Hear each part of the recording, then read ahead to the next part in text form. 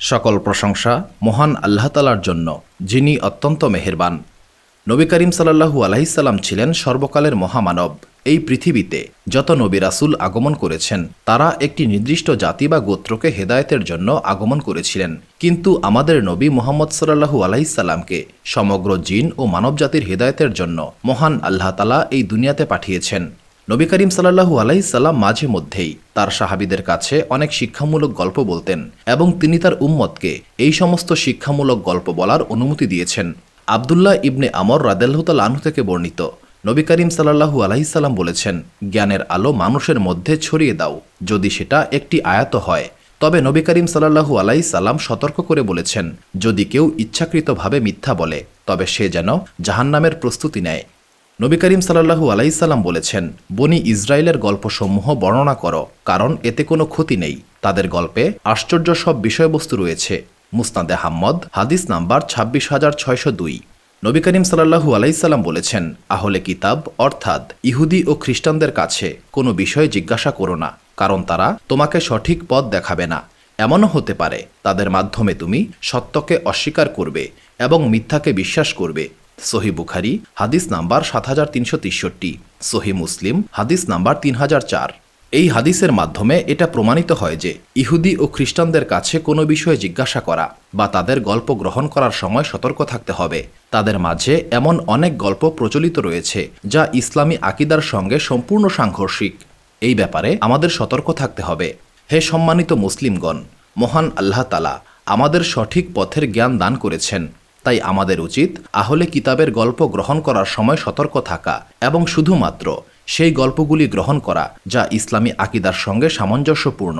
আজকের ভিডিওতে আমরা আপনাদের সামনে এমন কিছু গল্প উপস্থাপন করব যে গল্পগুলি নবী করিম সাল্লাল্লাহু আলাইহি সাল্লাম নিজের মুখে তার সাহাবীদের বলেছেন। চলুন শুরু করা যাক।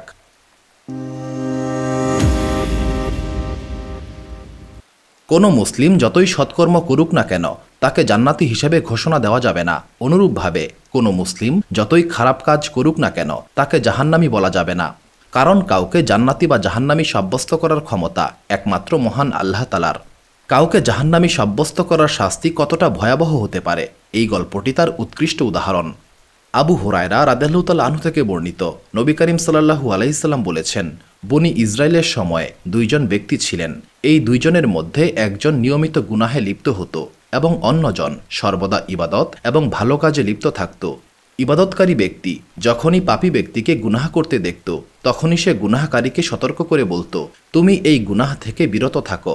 একদিন ইবাদতকারী ব্যক্তি আবারও গুনাহকারী ব্যক্তিকে গুনাহ করতে দেখে বলল, তুমি এই গুনাহ বন্ধ করো। এবার পাপী ব্যক্তি ইবাদতকারী ব্যক্তিকে উদ্দেশ্য করে বলল, আমাকে আমার রবের উপর ছেড়ে দাও। তুমি কেন আমাকে পাহারা দিচ্ছ? আমার রব তো তোমাকে আমার পাহারাদার হিসেবে নিয়োগ করে নাই। তখন ইবাদতকারী ব্যক্তি ক্রোধান্বিত কণ্ঠে বলল, মহান আল্লাহ তাআলার কসম, মহান আল্লাহ তাআলা তোমাকে কখনোই ক্ষমা করবেন না। তুমি কখনোই জান্নাতে প্রবেশ করতে পারবে না। কিছুদিন পর এই দুইজন ব্যক্তি ইন্তেকাল করল এবং তাদেরকে মহান আল্লাহ তাআলার দরবারে উপস্থিত করা হলো। মহান আল্লাহ তাআলা প্রথমে ইবাদতকারী ব্যক্তিকে বললেন, আমার সম্পর্কে তোমার ধারণা কতটুকু? তুমি কি আমার উপর ক্ষমতাবান ছিলে? অর্থাৎ মহান আল্লাহ তাআলা তাকে জিজ্ঞাসা করলেন যে কে ক্ষমা পাবে আর কে পাবে না, সেই ক্ষমতা একমাত্র আল্লাহ তাআলার কাছেই রয়েছে। এই ব্যাপারে কারো হস্তক্ষেপ করার অধিকার নেই। এরপর মহান আল্লাহ তাআলা গুনাহকারী ব্যক্তিকে বললেন, তুমি আমার রহমতে জান্নাতে প্রবেশ করো। অর্থাৎ মহান আল্লাহ তাআলা তার অসীম রহমতে সেই গুনাহকারী ব্যক্তিকে ক্ষমা করে দিলেন এবং তাকে জান্নাতে প্রবেশের অনুমতি দিলেন। অন্যদিকে ইবাদতকারী ব্যক্তির ব্যাপারে মহান আল্লাহ তাআলা বললেন, তোমরা একে জাহান্নামে নিক্ষেপ করো, কারণ সে মহান আল্লাহ তাআলার রহমত এবং ক্ষমার সীমা সম্পর্কে অহংকার করেছিল এবং গুনাহকারী ব্যক্তির জন্য মহান আল্লাহ তাআলার ক্ষমাকে অস্বীকার করেছিল। এই ঘটনাটি বর্ণনা করে আবু হুরায়রা রাদিয়াল্লাহু তাআলা আনহু বললেন, সেই মহান সত্তার কসম যার হাতে আমার জীবন, ইবাদতকারী ব্যক্তি এমন এক উক্তি করেছিল যার ফলে তার দুনিয়া এবং আখেরাত সবকিছুই বরবাদ হয়ে গেল। সুনানে আবু দাউদ হাদিস নাম্বার ৪৯০১, সহিহুল জামে হাদিস নাম্বার ৪৪৫৫। নাসিরুদ্দিন আলবানী এই হাদিসের সনদকে সহি বলেছেন। বনি ইসরায়েলের মধ্যে একজন খারাপ চরিত্রের মহিলা বাস করতেন।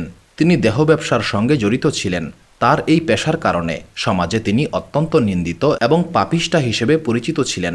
একদিন তিনি রাস্তা দিয়ে হেঁটে যাচ্ছিলেন। তখন তিনি দেখতে পেলেন একটি কুকুর প্রচণ্ড পিপাসায় কষ্ট পাচ্ছে। কুকুরটি এতই পিপাসার্ত ছিল যে মরুভূমির উত্তপ্ত বালুর উপর শুয়ে হাঁপাচ্ছিল এবং তার জিহ্বা বের করে শ্বাস নিচ্ছিল। উক্ত মহিলা এই দৃশ্য দেখে মর্মাহত হয়েছিলেন। তিনি ভাবলেন, এই কুকুর মহান আল্লাহ তাআলার সৃষ্টি এবং সে পিপাসায় কষ্ট পাচ্ছে। তিনি তার হৃদয়ে দয়া অনুভব করলেন এবং সিদ্ধান্ত নিলেন তিনি এই কুকুরটিকে পানি পান করাবেন। তিনি তার জুতার সাহায্যে একটি কূপ থেকে পানি তুলে কুকুরটিকে পান করালেন। এই সহজ কাজের মাধ্যমে তিনি কুকুরের জীবন বাঁচিয়ে দিলেন এবং কুকুরের প্রতি দয়া ও করুণা প্রদর্শন করলেন। কুকুরের প্রাণ রক্ষা করার জন্য মহান আল্লাহ তাআলা উক্ত মহিলাকে ক্ষমা করে দিলেন এবং তাকে জান্নাত দান করলেন।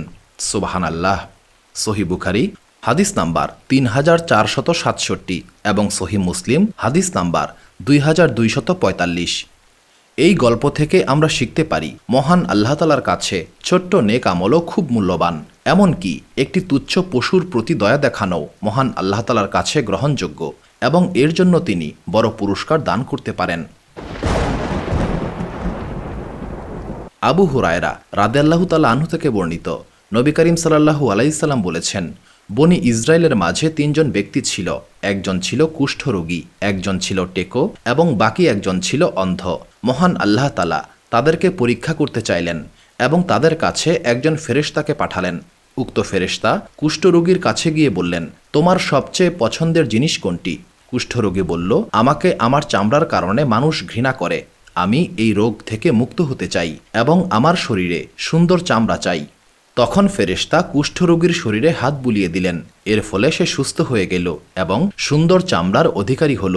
এরপর ফেরেশতা আবারও বললেন, কেমন সম্পদ তুমি পছন্দ করো? সে বলল, উট অথবা গরু। তখন ফেরেশতা তাকে একটি 10 মাসের গর্ভবতী উটনি উপহার দিলেন এবং বললেন, মহান আল্লাহ তাআলা তোমার এই সম্পদে বরকত দিন। তারপর ফেরেশতা টেকো ব্যক্তির কাছে উপস্থিত হয়ে বললেন, তোমার সবচেয়ে পছন্দের জিনিস কোনটি? টেকো ব্যক্তি বলল, এই টাকের কারণে মানুষ আমাকে ঘৃণা করে। আমি এই টাক থেকে মুক্তি চাই এবং সুন্দর চুল চাই। তখন ফেরেশতা টেকো ব্যক্তির মাথায় হাত বুলিয়ে দিলেন এবং টেকো ব্যক্তির টাক ভালো হয়ে গেল এবং তার মাথায় খুব সুন্দর চুল গজিয়ে গেল। এবার ফেরেশতা বললেন, তুমি কেমন সম্পদ পছন্দ করো? টেকো ব্যক্তি উত্তর দিল, আমি গরু পছন্দ করব। এরপর ফেরেশতা টেকো ব্যক্তিকে একটি গর্ভবতী গাভী দিয়ে বললেন, মহান আল্লাহ তাআলা তোমার এই সম্পদে বরকত দিন। এবার ফেরেশতা অন্ধ ব্যক্তির কাছে এসে বললেন, তুমি মহান আল্লাহ তাআলার কাছে কি চাও? সে বলল, আমি চাই মহান আল্লাহ তাআলা যেন আমার দৃষ্টিশক্তি ফিরিয়ে দেন, আমি যেন এই দুনিয়ার সৌন্দর্য উপভোগ করতে পারি। ফেরেশতা তখন অন্ধ ব্যক্তির চোখে হাত বুলিয়ে দিলেন। অন্ধ ব্যক্তি দৃষ্টি ফিরে পেল। এবার ফেরেশতা বললেন, তুমি কেমন সম্পদ চাও? অন্ধ ব্যক্তি বলল, আমি ছাগল চাই। ফেরেশতা তখন অন্ধ ব্যক্তিকে এমন ছাগি উপহার দিলেন যে ছাগি অধিক পরিমাণে বাচ্চা প্রসব করে। এরপর উট, গাভী এবং ছাগলের বাচ্চা হলো এবং উক্ত 3 ব্যক্তি প্রচুর পরিমাণে উট, গরু এবং ছাগলের মালিক হলো। এরপর একদিন সেই ফেরেশতা মানুষের বেশে কুষ্ঠরোগীর কাছে উপস্থিত হয়ে বললেন, আমি খুবই দরিদ্র একজন মানুষ, আমি আমার সমস্ত সম্পদ হারিয়েছি। আজ মহান আল্লাহ তাআলা ব্যতীত এমন কেউ নেই যার সাহায্যে আমি গন্তব্যে পৌঁছাতে পারি। মহান আল্লাহ তাআলা তোমাকে সুন্দর রং, সুন্দর ত্বক এবং সম্পদ দান করেছেন। মহান আল্লাহ তাআলার সেই দান থেকে আমাকে একটি উট দাও যাতে আমি আমার গন্তব্যে পৌঁছাতে পারি। এরপর ফেরেশতা আরও বললেন, আমি তোমাকে চিনতে পেরেছি, তুমি একজন কুষ্ঠরোগী ছিলে। মানুষেরা তোমাকে ঘৃণা করত, তুমি নিঃস্ব ছিলে। মহান আল্লাহ তাআলা তোমাকে এই সমস্ত সম্পদ দান করেছেন। তখন কুষ্ঠরোগী অহংকারী কণ্ঠে বলল, আমার এই সমস্ত সম্পদ আমি আমার পূর্বপুরুষদের নিকট থেকে পেয়েছি।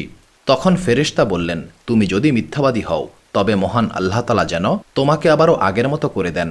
এরপর ফেরেশতা টেকো ব্যক্তির কাছে মানুষের রূপে উপস্থিত হয়ে কুষ্ঠরোগীকে যা বলেছিলেন সেটাই বললেন। টেকো ব্যক্তিও অহংকারী কণ্ঠে বলল, এই সম্পদ আমি আমার পূর্বপুরুষদের দ্বারা প্রাপ্ত হয়েছি। ফেরেশতা তখন টেকো ব্যক্তিকে বললেন, তুমি যদি মিথ্যাবাদী হয়ে থাকো তবে মহান আল্লাহ তাআলা যেন তোমাকে আবার আগের মতো করে দেন।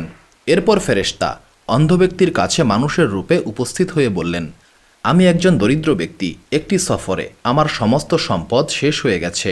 আমি যাতে আমার গন্তব্যে পৌঁছতে পারি সেই জন্য মহান আল্লাহ তাআলার নামে আমাকে একটি ছাগল দাও। মহান আল্লাহ তাআলা তোমাকে দৃষ্টি ফিরিয়ে দিয়েছেন। তখন অন্ধ লোকটি বলল, আমি সত্যিই অন্ধ ছিলাম। মহান আল্লাহ তাআলা তার অসীম করুণার মাধ্যমে আমাকে দৃষ্টিশক্তি দিয়েছেন। তুমি তোমার ইচ্ছামতো ছাগল নিয়ে যাও। এই সমস্ত ছাগল মহান আল্লাহ তাআলার অসীম নিয়ামত। মহান আল্লাহ তাআলার কসম, তুমি আমার সমস্ত ছাগল নিয়ে গেলেও আমি মন খারাপ করব না। তখন ফেরেশতা বললেন, তোমার এই সম্পদে মহান আল্লাহ তাআলা বরকত দিন। মহান আল্লাহ তাআলা তোমাদের পরীক্ষা করেছেন। মহান আল্লাহ তাআলা তোমার উপর সন্তুষ্ট হয়েছেন এবং তোমার অপর দুই সঙ্গীর উপর অসন্তুষ্ট হয়েছেন। সহিহ বুখারী হাদিস নাম্বার 3464, সহিহ মুসলিম হাদিস নাম্বার 2964। আবু হুরায়রা রাদিয়াল্লাহু তাআলা আনহু থেকে বর্ণিত, নবী করিম সাল্লাল্লাহু আলাইহি সাল্লাম বলেছেন, বনি ইসরায়েলের ইতিহাসে মাত্র 3 জন ব্যক্তি দোলনায় থাকা অবস্থায় কথা বলেছেন। তাদের মধ্যে একজন হলেন ঈসা ইবনে মারিয়াম আলাইহিস সালাম এবং আরেকজন হলেন জুরাইজ নামক একজন আবেদ বান্দা। জুরাইজ অত্যন্ত ধার্মিক একজন ব্যক্তি ছিলেন। তিনি নিজের জন্য একটি ইবাদতখানা তৈরি করেছিলেন এবং সেখানেই তিনি ইবাদতে মগ্ন থাকতেন। একদিন জুরাইজের মা উক্ত ইবাদতখানায় এসে বললেন, হে জুরাইজ। জুরাইজ তখন সলাত আদায় মগ্ন ছিলেন। তিনি মনে মনে বললেন, হে আমার আল্লাহ তাআলা, আমার মা নাকি আমার সলাত? জুরাইজ সলাতেই মগ্ন ছিলেন এবং তার মা চলে গেলেন। পরের দিন জুরাইজের মা আবারও এসে ডাকলেন, কিন্তু জুরাইজ সেদিনও সলাতে মগ্ন ছিলেন। তিনি আবারও মনে মনে বললেন, হে আমার আল্লাহ তাআলা, আমার মা নাকি আমার সলাত? তিনি সলাতে মগ্ন থাকলেন এবং তার মা আবারও চলে গেলেন। তৃতীয় দিন একই ঘটনা ঘটল। জুরাইজের মা তাকে ডাক দিলেন, কিন্তু জুরাইজ সলাতে মগ্ন ছিলেন। তিনি আবারও মনে মনে বললেন, হে আমার আল্লাহ তাআলা, আমার মা নাকি সলাত? তিনি সলাতেই মগ্ন ছিলেন। এবার জুরাইজের মা রাগান্বিত হয়ে বললেন, হে আমার আল্লাহ তাআলা, তুমি জুরাইজকে মৃত্যু দিও না, যতক্ষণ না পর্যন্ত সে একজন ব্যভিচারী মহিলার চেহারা দেখে। বনি ইসরায়েলে কিছু খারাপ মানুষ ছিল যারা জুরাইজকে হিংসা করত। উক্ত এলাকায় একজন সুন্দরী কিন্তু পাপিষ্ঠা মহিলা ছিলেন। সে জুরাইজের পবিত্রতা নষ্ট করার পরিকল্পনা করেছিল। উক্ত মহিলা বলল, যদি তোমরা চাও আমি জুরাইজকে বিভ্রান্ত করতে পারি। খারাপ লোকেরা মহিলার এই কথায় সম্মতি দিল। ব্যভিচারী মহিলা তখন জুরাইজের ইবাদতখানার কাছে গিয়ে তাকে বিভ্রান্ত করার চেষ্টা করল, কিন্তু জুরাইজ উক্ত মহিলাকে কোনো পাত্তাই দিল না। এরপর সেই মহিলা জুরাইজের ইবাদতখানার কাছে বসবাস করা একজন রাখালের সঙ্গে সম্পর্ক গড়ে তুলল। তারা ব্যভিচারে লিপ্ত হল এবং সেই মহিলা গর্ভবতী হল। সন্তান জন্ম দেওয়ার পর সেই মহিলা বলল, এই সন্তান জুরাইজের অপকর্মের ফসল। বনি ইসরায়েলের লোকেরা মহিলার এই কথায় প্রচণ্ড ক্ষুব্ধ হল। তারা জুরাইজের ইবাদতখানায় গিয়ে তাকে বের করে আনল এবং ইবাদতখানা ধ্বংস করে দিল। তারা জুরাইজকে মারধর করতে লাগলো। তারা বলল, তুমি এই মহিলার সঙ্গে অপকর্মে লিপ্ত হয়েছ। তোমার এই অপকর্মের ফলে এই সন্তানের জন্ম হয়েছে। তখন জুরাইজ বললেন, তোমরা আমাকে একটু সময় দাও, আমি সলাত আদায় করব। এরপর জুরাইজ সলাত আদায় করে সেই শিশুটির কাছে গিয়ে তার পেটে হালকা খোঁচা দিয়ে বললেন, হে শিশু, তোমার পিতা কে? শিশুটি তখন উত্তর দিল, অমুক রাখাল আমার পিতা।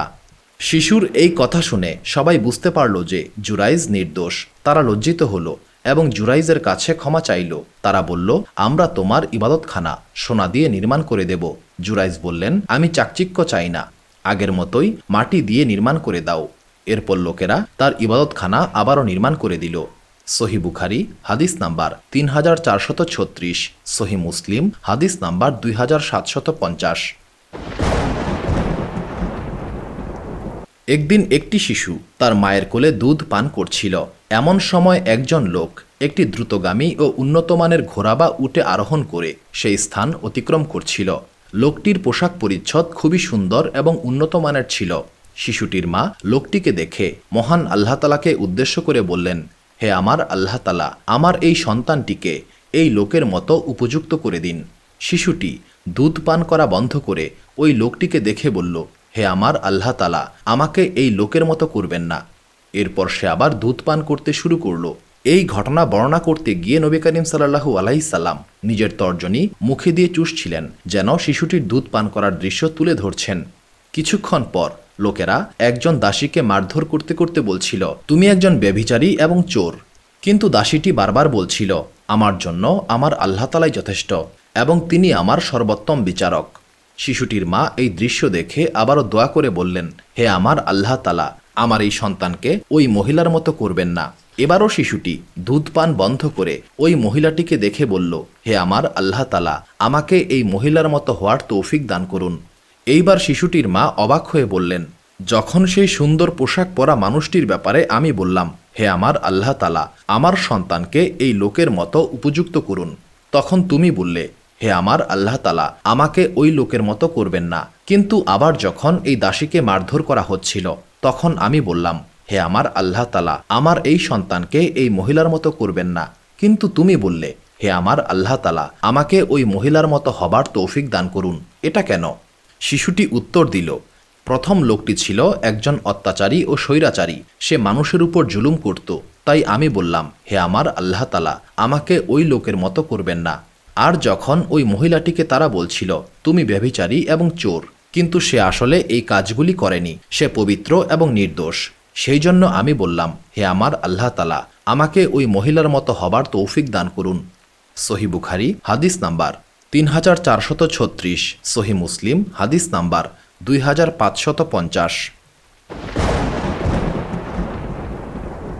এক রাজ্যে একজন বাদশাহ ছিলেন। এই বাদশার অধীনে একজন জাদুকর ছিল। যখন জাদুকর বৃদ্ধ হয়ে গেলেন, তখন তিনি বাদশাকে বললেন, আমি এখন বার্ধক্যে উপনীত হয়েছি, আমার কাছে একজন যুবককে পাঠান, যাকে আমি জাদুবিদ্যা শেখাতে পারি। বাদশাহ তার কথা মতো একজন যুবককে ওই জাদুকরের কাছে পাঠালেন। যুবকটি জাদুকরের কাছে যাওয়ার পথে একজন দরবেশের সাক্ষাৎ পেয়েছিল।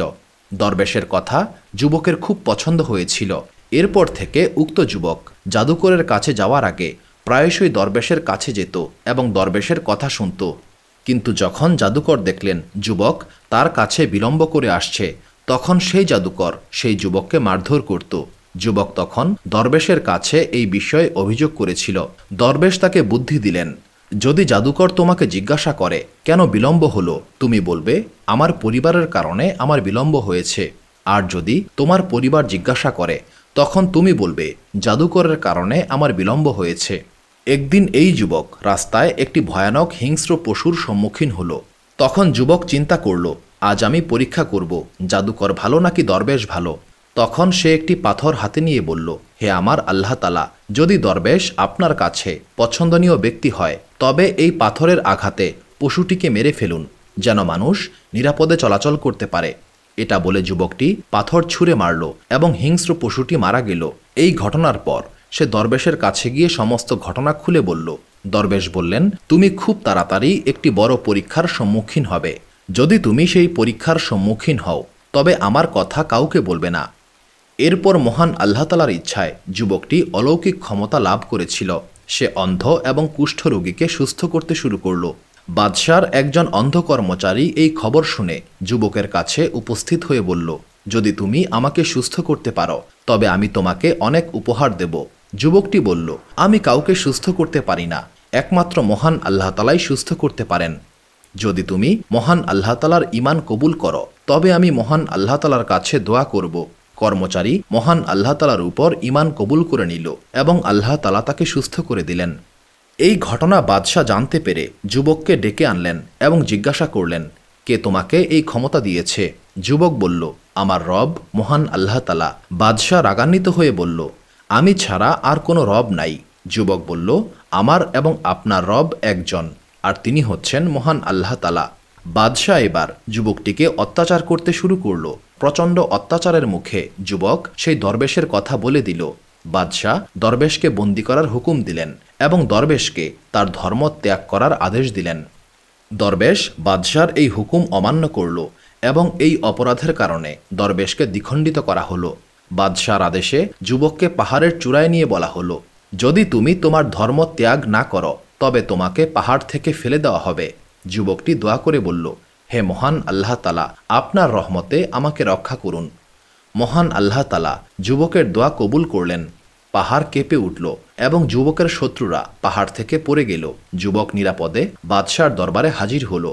এবার বাদশার আদেশে যুবককে নৌকার মাধ্যমে সমুদ্রে নিয়ে যাওয়া হলো এবং বলা হলো, যদি তোমার ধর্ম ত্যাগ না করো, তবে তোমাকে সমুদ্রে ফেলে দেওয়া হবে। যুবক আবারও দোয়া করল, হে মহান আল্লাহ তাআলা, আপনার ইচ্ছায় আমাকে রক্ষা করুন। নৌকাটি উল্টে গেল এবং যুবকের শত্রুরা ডুবে গেল। যুবক আবারও নিরাপদে বাদশার দরবারে ফিরে এলো। যুবক বাদশাকে বলল, আপনি আমাকে হত্যা করতে পারবেন না যতক্ষণ না পর্যন্ত আপনি আমার শর্ত মেনে চলবেন। বাদশাহ বললেন, কি তোমার শর্ত? যুবক বলল, আপনি লোকদের জমায়েত হতে বলুন, তারপর একটি কাঠের শুলিতে আমাকে চড়াবেন, তারপর একটি ধনুকে তীর লাগিয়ে বলবেন, এই বালকের রবের নামে, এরপর তীর ছুঁড়ে মারবেন। যদি আপনি এটা করতে পারেন তবে অবশ্যই আমাকে হত্যা করতে পারবেন। বাদশাহ যুবকের শর্ত মেনে তীর ছুড়ল এবং সেই তীর যুবকের কানে বিদ্ধ হল। যুবক তীর বিদ্ধ স্থানে হাত রাখলেন এবং সঙ্গে সঙ্গে শাহাদাত বরণ করলেন। জমায়েতকৃত লোকেরা এই অলৌকিক ঘটনা দেখে বলল, আমরা এই যুবকের রবের উপর ঈমান কবুল করে নিচ্ছি। উক্ত বাদশাহ উপস্থিত লোকদের ঈমান কবুল করতে দেখে প্রচণ্ড ক্রোধান্বিত হল। সে রাস্তায় একটি গর্ত খুঁড়ে তাতে আগুন জ্বালিয়ে বলল, যারা ধর্ম ত্যাগ করবে না তাদেরকে এই আগুনে নিক্ষেপ করা হবে। অনেকেই ঈমান ত্যাগ করতে অস্বীকার করল এবং আগুনে ঝাঁপ দিয়ে শাহাদাত বরণ করল। শেষ পর্যন্ত একজন মহিলা তার শিশুকে নিয়ে আগুনের সামনে দাঁড়ালো। তখন শিশুটি তার মাকে বলল, আপনি নির্ভয়ে আগুনে ঝাঁপ দিন, আপনি সঠিক পথেই রয়েছেন। সুবহানাল্লাহ। সহি বুখারী হাদিস নাম্বার 3466, সহি মুসলিম হাদিস নাম্বার 3005। তিনজন লোক একসঙ্গে যাত্রা করছিলেন। হঠাৎ প্রচণ্ড ঝড় বৃষ্টি শুরু হলো। অতঃপর তারা একটি পাহাড়ের গুহায় আশ্রয় নিয়েছিলেন। কিছুক্ষণ পর পাহাড় থেকে একটি বড় পাথর খসে পড়ে গুহার মুখ বন্ধ করে দিল। তারা গুহার ভেতরে আটকা পড়ে গেল। তখন তারা পরস্পরে বলল, আমাদের উচিত নিজেদের ভালো কাজের কথা স্মরণ করা, যা আমরা শুধুমাত্র মহান আল্লাহ তাআলার সন্তুষ্টির উদ্দেশ্যেই করেছিলাম। সেই সৎকর্মের উসিলায় মহান আল্লাহ তাআলার কাছে আমরা দোয়া করব, হয়তোবা মহান আল্লাহ তাআলা আমাদেরকে এই বিপদ থেকে উদ্ধার করবেন। প্রথম ব্যক্তি বলল, হে আমার আল্লাহ তাআলা, আমার পিতামাতা খুবই বৃদ্ধ ছিলেন এবং আমার সন্তান ছোট ছিল। আমি তাদের ভরণ পোষণের জন্য পশুপালন করতাম। প্রতিদিন সন্ধ্যায় আমি বাড়ি ফিরে পশুদের দুধ দহন করতাম এবং আমার সন্তানদের পূর্বে আমার পিতামাতাকে দুধ পান করাতাম। একদিন আমার দেরি হলো এবং সন্ধ্যার পূর্বে আমি বাড়িতে ফিরতে পারিনি। যখন বাড়িতে ফিরে আসলাম তখন দেখলাম আমার পিতামাতা ঘুমন্ত অবস্থায় রয়েছেন। আমি দুধ দহন করলাম এবং তাদের মাথার কাছে দাঁড়িয়ে রইলাম। আমি তাদের ঘুম ভাঙাতে চাইনি, কারণ তাদের ঘুম ভাঙানো আমি পছন্দ করিনি। আমার সন্তানেরা আমার পায়ের কাছে কান্নাকাটি করছিল, কিন্তু আমি আমার সন্তানদের পূর্বে আমার পিতামাতাকে দুধ পান করাতে চাইলাম। এইভাবে আমি সারা রাত দাঁড়িয়েছিলাম। হে মহান আল্লাহ তাআলা, আপনি জানেন আমি শুধুমাত্র আপনার সন্তুষ্টির জন্যই এটা করেছিলাম। আপনি মেহেরবানি করে পাথরটি সরিয়ে দিন যাতে আমরা আকাশ দেখতে পারি। মহান আল্লাহ তাআলা তার দোয়া কবুল করেছিলেন এবং পাথর কিছুটা সরিয়ে দিলেন। তারা আকাশ দেখতে পেল। দ্বিতীয় ব্যক্তি বলল, হে আমার আল্লাহ তাআলা, আমার এক চাচাতো বোন ছিল। আমি তাকে খুবই ভালোবাসতাম, যেভাবে একজন পুরুষ একজন নারীকে ভালোবাসে। একদিন আমি তার কাছে গেলাম এবং তাকে খারাপ কাজের প্রস্তাব দিলাম, কিন্তু সে তা প্রত্যাখ্যান করে বলল, তুমি যদি আমাকে 100 দিরহাম দিতে পারো তবে আমি তোমার প্রস্তাবে সম্মত হব। আমি অনেক কষ্ট করে 100 দিরহাম জোগাড় করে তার কাছে গেলাম। যখন আমি খারাপ কাজের জন্য প্রস্তুত হলাম তখন সে বলল, হে আল্লাহ তাআলার বান্দা, আল্লাহকে ভয় করো, অন্যায়ভাবে আমার সতীত্ব নষ্ট করো না। তার এই কথা শুনে আমি লজ্জা পেলাম এবং সেখান থেকে চলে আসলাম। হে আমার আল্লাহ তাআলা, আপনি জানেন আমি শুধুমাত্র আপনার সন্তুষ্টির জন্যই এটা করেছিলাম। আপনি এই পাথরটিকে সরিয়ে দিন।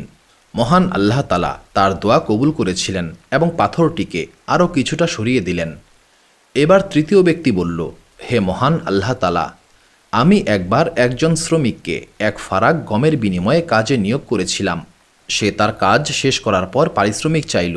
আমি তাকে পারিশ্রমিক দিতে গেলাম, কিন্তু কোনো কারণে পারিশ্রমিক না নিয়েই সে চলে গেল। সেই গম দিয়ে আমি কৃষি কাজ করতে শুরু করলাম এবং এই কৃষিকাজের মাধ্যমে অনেক গরু ক্রয় করেছিলাম। কিছুদিন পর সেই শ্রমিক আবারও আমার কাছে উপস্থিত হয়ে বলল, আল্লাহ তাআলাকে ভয় করো এবং আমার পারিশ্রমিক দাও। আমি তাকে বললাম, এই সমস্ত গরু তোমার। সে বলল, মহান আল্লাহ তাআলাকে ভয় করো, আমার সঙ্গে ঠাট্টা করো না। আমি বললাম, আমি ঠাট্টা করছি না, এই সমস্ত কিছুই তোমার।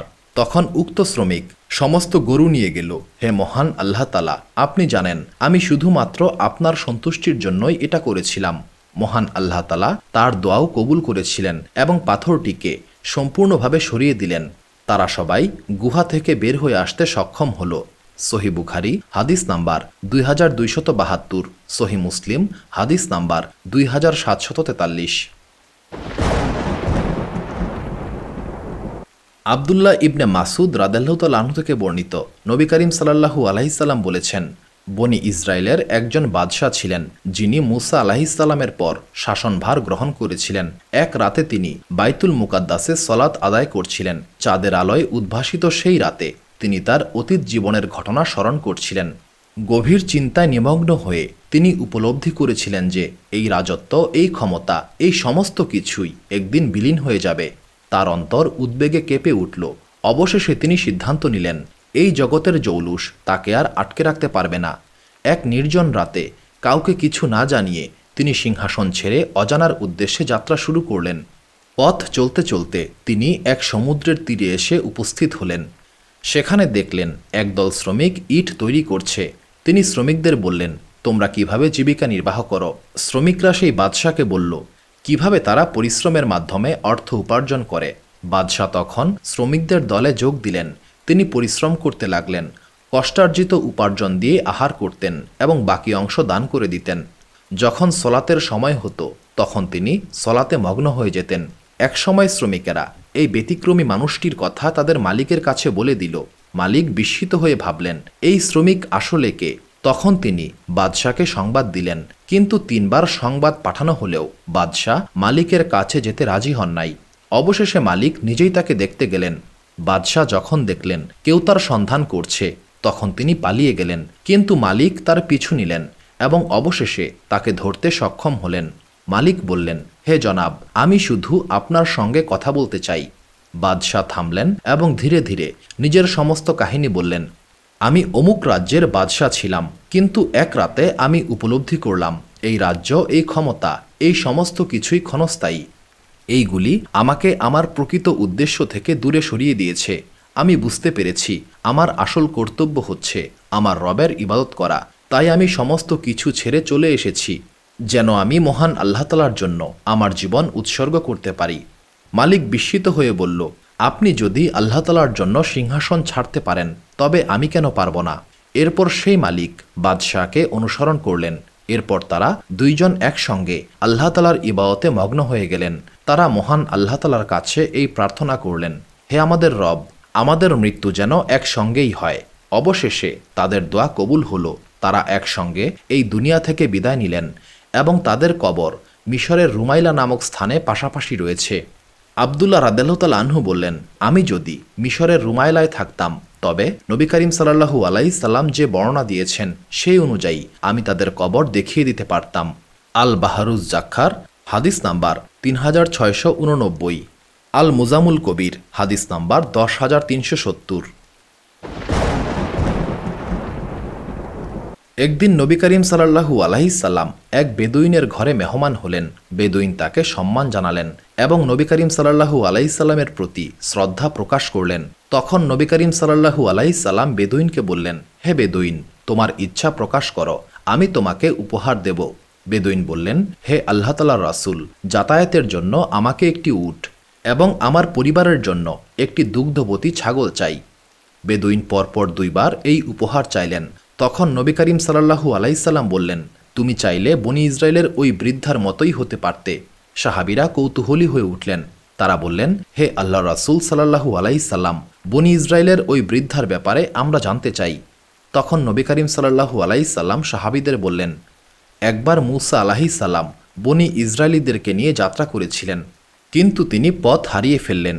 তখন বনি ইসরায়েলের আলেমগণ মূসা আলাইহিস সালামকে বললেন, আমরা শুনেছি ইউসুফ আলাইহিস সালাম আমাদের থেকে প্রতিশ্রুতি নিয়েছিলেন যে আমরা যেন তার দেহটাকে আমাদের সঙ্গে নিয়ে যাই। মূসা আলাইহিস সালাম বললেন, তোমাদের মধ্যে কে জানে ইউসুফ আলাইহিস সালামের কবর কোথায়? সবাই বলল, বনি ইসরায়েলের একজন বৃদ্ধা এই ব্যাপারে অবগত রয়েছেন।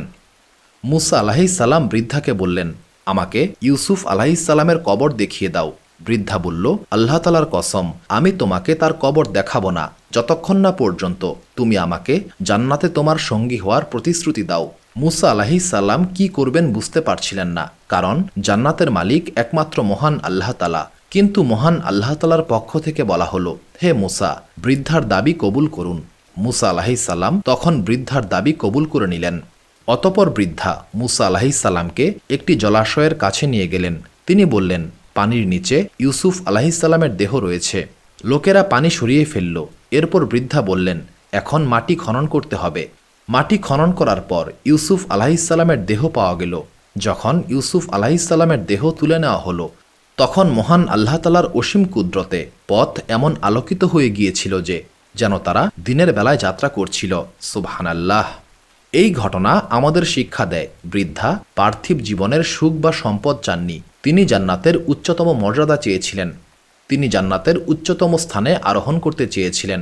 এটা আমাদের শেখায় আমাদের চিন্তা আখিরাত কেন্দ্রিক হওয়া উচিত। মুসা আলাইহিসসালাম প্রথমে বৃদ্ধার শর্ত পছন্দ না করলেও মহান আল্লাহ তাআলার আদেশে তা মেনে নিয়েছিলেন। বৃদ্ধার কাহিনী আমাদের এটা শেখায় যে মহান আল্লাহ তাআলার ইচ্ছার কাছে সমর্পণ করা উচিত। এই ঘটনাটি মুস্তাদরাক হাকিম গ্রন্থে বর্ণিত হয়েছে, হাদিস নাম্বার 4088। বনি ইসরায়েলের খুব বড় একজন আলেম ছিলেন। তিনি খুব জ্ঞানী, ধার্মিক এবং নিষ্ঠাবান ছিলেন। তিনি তার স্ত্রীকে অত্যন্ত ভালোবাসতেন এবং তার প্রতি গভীরভাবে আসক্ত ছিলেন। দুর্ভাগ্যবশত একদিন তার স্ত্রী ইন্তেকাল করলেন। এই ঘটনায় বনি ইসরায়েলি আলেম এতটাই মর্মাহত হয়েছিলেন যে তিনি শোকে সম্পূর্ণরূপে ভেঙে পড়েছিলেন। তিনি ঘরের দরজা বন্ধ করে একাকী থাকতে শুরু করেন। কেউ তার সঙ্গে দেখা করতে পারত না। কেউ তার কাছে আসার চেষ্টা করলেও তিনি দেখা দিতেন না। এভাবেই তিনি শোকে নিমজ্জিত হয়ে পড়েছিলেন। এক নারী আলেমের এই অবস্থা সম্পর্কে জানতে পারেন। তিনি বললেন, আমি যে কোনোভাবেই হোক আলেমকে এই অবস্থা থেকে মুক্ত করে আনব। তিনি আলেমের বাড়িতে গিয়ে বললেন, আমার খুব একটি জরুরি মাসালা জানার আছে, যার সমাধান কেবলমাত্র এই আলেমই দিতে পারবেন। আমি এই মাসালার ব্যাপারে তার মুখ থেকে সরাসরি জানতে চাই। যখন লোকেরা চলে গেল, তখনও সেই মহিলা দরজার সামনে দাঁড়িয়েছিল এবং বলল, আমি এখান থেকে যাব না, আমাকে উক্ত আলেমের সঙ্গে দেখা করতেই হবে। অবশেষে উক্ত আলেমকে একজন সংবাদ দিলেন, দরজার বাইরে একজন মহিলা এসেছেন, যিনি আপনার কাছে একটি গুরুত্বপূর্ণ মাসালার সমাধান জানতে চান। তিনি বলেছেন, কেবল আপনার মুখ থেকেই তিনি উত্তর শুনতে চান এবং কোনোভাবেই ফিরে যাবেন না। আলেম বললেন, তাকে ভেতরে আসতে দাও। নারী ভেতরে প্রবেশ করে বললেন, আপনার কাছে একটি ফতোয়া জানতে এসেছি। আলেম বললেন, বলুন কি জানতে চান? মহিলা বললেন, আমি আমার এক প্রতিবেশীর নিকট থেকে কিছু গয়না ধার নিয়েছিলাম। আমি অনেক দিন তা ব্যবহার করেছি। এখন আমার প্রতিবেশী তার গয়না ফেরত চায়। এখন আপনি বলুন, আমার কি এই গয়না ফেরত দেওয়া উচিত? আলেম বললেন, অবশ্যই, মহান আল্লাহ তাআলার কসম, আপনাকে অবশ্যই তা ফিরিয়ে দিতে হবে। নারী বললেন, কিন্তু এটা তো আমি অনেকদিন যাবৎ ব্যবহার করেছি। আলেম বললেন, গয়নার মালিক আপনাকে এটা কিছু দিনের জন্য ধার দিয়েছিলেন, এখন তাকে ফিরিয়ে দিতে হবে। তখন মহিলা বললেন, মহান আল্লাহ তাআলা আপনাকে রহম করুক। তবে কি আপনি এমন কিছু নিয়ে শোক করছেন যা মহান আল্লাহ তাআলা আপনাকে কিছু সময়ের জন্য দান করেছিলেন, এখন তিনি সেটা আবার ফিরিয়ে নিয়েছেন, অথচ এর প্রকৃত মালিক তিনি? এই কথাগুলি শুনে আলেম হঠাৎ করেই নিজের অবস্থার গভীরতা বুঝতে পারলেন। তার চেতনা ফেরত আসলো। তিনি উপলব্ধি করতে পারলেন যে শোকে তিনি কষ্ট পাচ্ছিলেন তা আসলে অনর্থক। মহান আল্লাহ তাআলার ইচ্ছাই হচ্ছে শ্রেষ্ঠ, আর যা তিনি ফিরিয়ে নিয়েছেন সেটার প্রকৃত মালিক তিনি। অবশেষে তিনি দুঃখ কাটিয়ে উঠলেন এবং আবারও মানুষের মাঝে ফিরে এলেন। তিনি বুঝতে পেরেছিলেন মহান আল্লাহ তাআলার দেওয়া সমস্ত কিছুই আমানত এবং যখন তিনি চান তা ফিরিয়ে নেন। এই আত্ম উপলব্ধির মাধ্যমে তিনি শান্তি পেলেন এবং আবারও স্বাভাবিক জীবনে ফিরে আসলেন। এই গল্পটি মুয়াত্তা মালিক গ্রন্থে বর্ণিত হয়েছে, পৃষ্ঠা নাম্বার 163, হাদিস নাম্বার 43। আবু সাঈদ খুদরি রাদিয়াল্লাহু তাআলা আনহু থেকে বর্ণিত, নবী করিম সাল্লাল্লাহু আলাইহি সাল্লাম বলেছেন, বনি ইসরায়েলের একজন ব্যক্তি 99 জন মানুষকে হত্যা করেছিলেন। হত্যাকাণ্ডের পর একদিন তার মনে হলো, মহান আল্লাহ তাআলা কি কখনো তাকে ক্ষমা করবেন? এই চিন্তা করে তিনি একজন পাদ্রীর কাছে গেলেন এবং তাকে জিজ্ঞাসা করলেন, মহান আল্লাহ তাআলা কি কখনো আমার তওবা কবুল করবেন? পাদ্রী উত্তরে বলল, মহান আল্লাহ তাআলা কখনোই তোমার মতো একজন পাপীর তওবা কবুল করবেন না। এই কথা শুনে উক্ত ব্যক্তি পাদ্রীকেও হত্যা করে ফেলল এবং এইভাবে তার হত্যাকাণ্ডের সংখ্যা 100-তে পৌঁছে গেল। এরপর তিনি অন্য একজন ব্যক্তির কাছে জিজ্ঞাসা করলেন, মহান আল্লাহ তাআলা কি কখনো আমার তওবা কবুল করবেন? তখন সেই ব্যক্তি বললেন, তুমি অমুক স্থানে চলে যাও, সেখানে অনেক ভালো মানুষ বসবাস করেন, তারাই তোমার প্রশ্নের উত্তর দিতে সক্ষম হবেন। এই পরামর্শ শুনে সেই ব্যক্তি উক্ত স্থানের উদ্দেশ্যে রওনা হলো, কিন্তু পথিমধ্যেই তার ইন্তেকাল হয়ে গেল। মৃত্যুর সময় তার বক্ষদেশ সেই ভালো মানুষের স্থানের দিকে ঘুরে গেল, অর্থাৎ তিনি তওবা করার ইচ্ছা নিয়ে সেই দিকে মুখ করেছিলেন। মৃত্যুর পর রহমত এবং আজাবের ফেরেশতারা তার রূহ নিয়ে ঝগড়া শুরু করল। রহমতের ফেরেশতারা বললেন, এই ব্যক্তি তওবা করার ইচ্ছা নিয়ে ভালো মানুষের উদ্দেশ্যে যাত্রা করেছিল, সে জান্নাতি হবে। অন্যদিকে আজাবের ফেরেশতারা বললেন, এই ব্যক্তি একজন গুনাহগার, সে জাহান্নামী। এমন সময় মহান আল্লাহ তাআলা সামনের ভূমিকে, অর্থাৎ যেখানে ভালো মানুষের বসবাস ছিল সেই ভূমিকে আদেশ দিলেন, তুমি এই মৃত ব্যক্তির নিকটবর্তী হয়ে যাও, আর পেছনের স্থানকে, অর্থাৎ যেখানে তিনি পাপ করেছিলেন তাকে আদেশ দিলেন, তুমি দূরে সরে যাও। এরপর মহান আল্লাহ তাআলা ফেরেশতাদেরকে আদেশ দিলেন, তোমরা উভয় দিকের দূরত্ব পরিমাপ করো। পরিমাপ করার পর দেখা গেল মৃত ব্যক্তি তওবার দিকে 1 বিঘত বেশি পরিমাণ এগিয়ে রয়েছেন, অর্থাৎ তিনি তওবার ইচ্ছা নিয়ে ভালো দিকে একটু বেশি এগিয়েছিলেন। এই কারণে মহান আল্লাহ তাআলা তাকে ক্ষমা করে দিলেন। সুবহানাল্লাহ। সহিহ বুখারী হাদিস নাম্বার 3470 এবং সহিহ মুসলিম হাদিস নাম্বার 2766। বনি ইসরায়েলের সময়ে এক ছোট্ট গ্রামে বারসিসা নামক একজন অত্যন্ত ধার্মিক ব্যক্তি বসবাস করতেন। সে মহান আল্লাহ তাআলার একত্ববাদে বিশ্বাস করত এবং ঈসা আলাইহিসসালামকে মহান আল্লাহ তাআলার রাসূল হিসেবে মান্য করত। গ্রামের সবাই বারসিসাকে খুবই ভালো চরিত্রের মানুষ হিসেবে জানত এবং তার ব্যক্তিত্বের জন্য তাকে সম্মান করত। সেই গ্রামে 3 জন ভাই এবং তাদের এক বোন ছিল। একদিন সেই 3 ভাইকে যুদ্ধের জন্য ডাকা হলো, কিন্তু 3 ভাই তাদের বোনকে একা রেখে যেতে চাইল না। তারা চিন্তা করতে লাগলো বোনকে কার কাছে রাখবে। গ্রামবাসীরা বারসিসার কথা বলল, কারণ সবাই বারসিসাকে খুবই ভালো এবং বিশ্বাসযোগ্য মানুষ হিসেবে জানত। সবাই বারসিসার কাছে গেল এবং তাদের বোনকে বারসিসার নিকটে রাখার অনুরোধ করল, কিন্তু বারসিসা প্রথমে রাজি হচ্ছিল না। সে বলল, আমি অভিশপ্ত শয়তানের নিকট থেকে পানাহা চাই, কারণ সে ভয় করছিল সে কোনো গুনাহে লিপ্ত হতে পারে। তখন শয়তান বারসিসার মনে কুমন্ত্রণা দিল। শয়তান জানত বারসিসার মন খুবই নরম। সে বারসিসাকে কানে কানে বলল, তারা যদি ভালো কাউকে এই মেয়েটির জন্য খুঁজে না পায় এবং খারাপ কারো কাছে এই মেয়েটিকে রেখে যায়, তখন কি হবে? এই পরিণতি কি তোমার ভুলের জন্য নয়? বারসিসা বুঝতে পারল না এটা শয়তানের কুমন্ত্রণা। সে মানুষের প্রতি দরদ দেখিয়ে মেয়েটিকে সাহায্য করতে রাজি হয়ে গেল। বারসিসা মেয়েটিকে গির্জার বিপরীতে একটি ঘরে থাকতে দিল। গির্জার সামনে মেয়েটির জন্য খাবার রেখে আসতো এবং মেয়েটি নিজে এসে সেই খাবার নিয়ে যেত। বারসিসার সঙ্গে তার দেখা হতো না, কিন্তু শয়তান এতে খুশি হলো না। সে আবারও বারসিসার কাছে আসলো এবং বলল, তুমি কেন মেয়েটির খাবার তার ঘরের সামনে রেখে আসছো না? এর ফলে এই মেয়েটাকে ঘর থেকে এতটা পথ একা কষ্ট করে হেঁটে আসতে হতো না। বারসিসা এবারও রাজি হলো এবং মেয়েটির ঘরের সামনে খাবার রেখে আসতে শুরু করলো। শয়তান আবারও আসলো এবং বলল, তুমি কেন তার ঘরের ভেতর খাবার দিচ্ছ না? এর ফলে মানুষ তাকে একা ঘর থেকে বের হতে এবং ঢুকতে দেখবে না। এবার বারসিসা মেয়েটির ঘরে খাবার দিয়ে আসতে শুরু করলো। শয়তান আবারও এসে বলল, এই মেয়েটার সঙ্গে তোমার কথা বলা উচিত, এইভাবে একা একা থাকলে সে পাগল হয়ে যাবে। বারসিসা এবার মেয়েটির সঙ্গে কথা বলতে শুরু করলো। প্রথমে তারা রুমের আড়ালে কথা বলতো, কিন্তু শয়তানের কুমন্ত্রণায় একসময় তারা সামনাসামনি কথা বলতে শুরু করলো। এইভাবে ধীরে ধীরে শয়তান বারসিসাকে পাপের মধ্যে ডুবিয়ে দিল। একসময় বারসিসা এবং মেয়েটি একে অপরের প্রতি দুর্বল হয়ে পড়ল এবং তারা ব্যভিচারে লিপ্ত হলো। কিছুদিন পর মেয়েটি গর্ভবতী হয়ে পড়ল এবং একটি বাচ্চার জন্ম দিল। বাচ্চা জন্মের সময় শয়তান আবারও বারসিসার কাছে এসে বলল, তুমি এটা কি করলে? তোমার এই অপকর্মের প্রমাণ সরিয়ে ফেলতে হবে, না হলে মেয়েটির ভাইয়েরা যখন ফিরে আসবে তখন তোমাকে হত্যা করে ফেলবে। বারসিসা ভয়ে বাচ্চাটিকে খুন করে ঘরের মেঝেতে পুঁতে ফেলল। শয়তান আবারও এসে বলল, তুমি একজন নারীর সন্তানকে হত্যা করেছ এবং এটা আশা করছো সেটা কাউকে বলবে না। তখন বারসিসা সেই মেয়েটিকেও খুন করে তাকেও ঘরের মেঝেতে পুঁতে রাখল। কিছুদিন পর মেয়েটির ভাইয়েরা ফিরে এলো। বারসিসা তখন তাদেরকে একটি মিথ্যা কবর দেখিয়ে বলল, তোমাদের বোন অসুস্থতার কারণে মারা গিয়েছে এবং ওই কবরে তাকে দাফন করা হয়েছে। সবাই বারসিসার এই কথা বিশ্বাস করল। কিন্তু সেই রাতে শয়তান 3 ভাইকে একই স্বপ্ন দেখালো। স্বপ্নে শয়তান বলল, বারসিসা তোমাদের বোনকে হত্যা করেছে। প্রমাণ হিসেবে তোমাদের বোন যে ঘরে থাকত সেই ঘরের মেঝে খুঁড়ে দেখতে পারো। ঘুম থেকে ওঠার পর তারা একে অপরকে এই স্বপ্নের কথা বলল এবং বুঝতে পারল তারা তিনজন একই স্বপ্ন দেখেছে।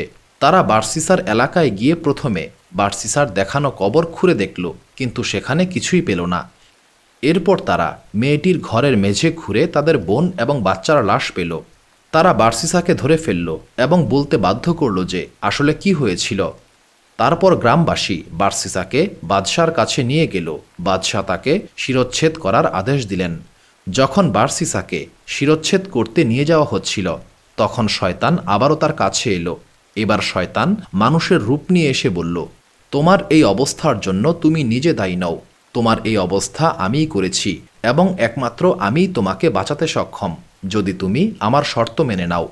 বার্সিসা বলল, আমাকে কি করতে হবে? তখন শয়তান বলল, তুমি আমাকে সেজদা করো, তবেই আমি তোমাকে রক্ষা করব। বাঁচার জন্য মরিয়া হয়ে বার্সিসা শয়তানকে সেজদা করল এবং কাফের হয়ে গেল। সেজদা করার সঙ্গে সঙ্গে শয়তান বার্সিসাকে বলল, এখন আমি তোমার থেকে মুক্ত। আমি মহান আল্লাহ তাআলাকে ভয় করি, যিনি বিশ্বজগতের প্রতিপালক। এই কথা বলে শয়তান সেখান থেকে পালিয়ে গেল এবং বার্সিসার শিরচ্ছেদ করা হলো। কিয়ামতের দিন যখন বার্সিসাকে জীবিত করা হবে, তখন সে শয়তানকে সেজদা করতে করতে উঠে দাঁড়াবে। এই গল্প থেকে আমরা শিখতে পারি, শয়তান সব সময় আমাদের পথভ্রষ্ট করার চেষ্টা করে থাকে। সে আমাদের কাছে ভালো কাজের ছদ্মবেশে আসে, কিন্তু আসলে তার উদ্দেশ্য থাকে আমাদেরকে পাপের দিকে ঠেলে দেওয়া। মহান আল্লাহ তাআলা বলেন, শয়তান মানুষকে বলে কুফরি করো, অতপর যখন সে কুফরি করে তখন শয়তান বলে, আমি তোমার থেকে মুক্ত। আমি বিশ্বজগতের প্রতিপালককে ভয় করি। সূরা হাশর আয়াত 16। এই গল্প আমাদের শেখায় শয়তানের কুমন্ত্রণা থেকে সতর্ক থাকতে হবে এবং সব সময় মহান আল্লাহ তাআলার কাছে আশ্রয় প্রার্থনা করতে হবে। শয়তান আমাদের সবচেয়ে বড় শত্রু এবং সে আমাদের ধ্বংস করার চেষ্টা করে। তাই আমাদের উচিত মহান আল্লাহ তাআলার আদেশ মেনে চলা এবং শয়তানের ফাঁদে পা না দেওয়া। সুপ্রিয় দর্শক মণ্ডলী, প্রতিদিন নতুন নতুন ভিডিও পেতে আমাদের চ্যানেলটি অবশ্যই সাবস্ক্রাইব করুন এবং পাশে থাকা বেল আইকনটি প্রেস করতে অবশ্যই ভুলবেন না, এবং সেই সাথে আপনার যে কোনো মতামত আমাদের জানাতে আমাদের ভিডিওতে অবশ্যই কমেন্ট করুন। আশা করি আপনারা সবাই ভালো থাকবেন এবং সুস্থ থাকবেন। আসসালামু আলাইকুম।